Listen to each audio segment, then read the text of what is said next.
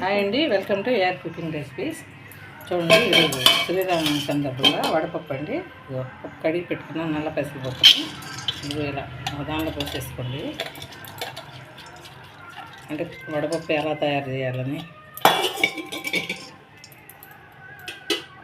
ఇవన్నీ మామిడికాయ, చిన్న పీస్ తీసుకున్నాను మామిడికాయ.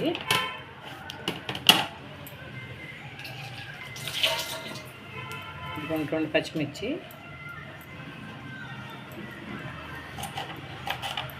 బాగా సన్నగా కట్ చేసుకుని పంటి కింద పెడితే మంట పుట్టుద్ది. ఇలా వేయడంతో పప్పులో కలిసిపోద్ది. బాగా సన్నగా కట్ చేసుకోవాలి.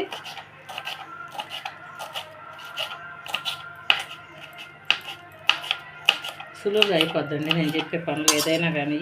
చూడండి,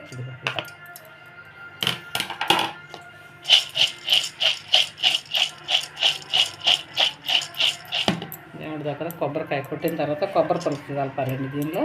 చూడండి, ఇంత రెడీ అయింది. ఆపే చూడండి, ఇందాక కొబ్బరి వేయలేదు కదా, మామిడికాయ ముక్కలు, పచ్చిమిర్చి 2 ఇది ఇలా కరిపాం కదా, ఇదిగో ఈ సైజులో పోసుకోవాలి కొబ్బరి ముక్కలు. పంట కింద పెట్టి చాలా టేస్ట్గా ఉంటాయి.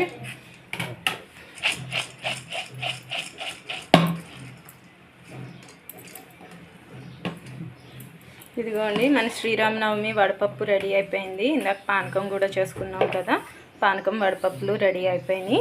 మీకు ఈ రెసిపీ కనుక నచ్చినట్టయితే లైక్ చేయండి, షేర్ చేయండి, కామెంట్ చేయండి. బెల్ ఐకాన్పై క్లిక్ చేస్తే మీకు వీడియో పెట్టిన వెంటనే నోటిఫికేషన్ వచ్చేస్తుంది. Please subscribe to AR cooking recipes. Once again happy Sri Rama Navami to all subscribers.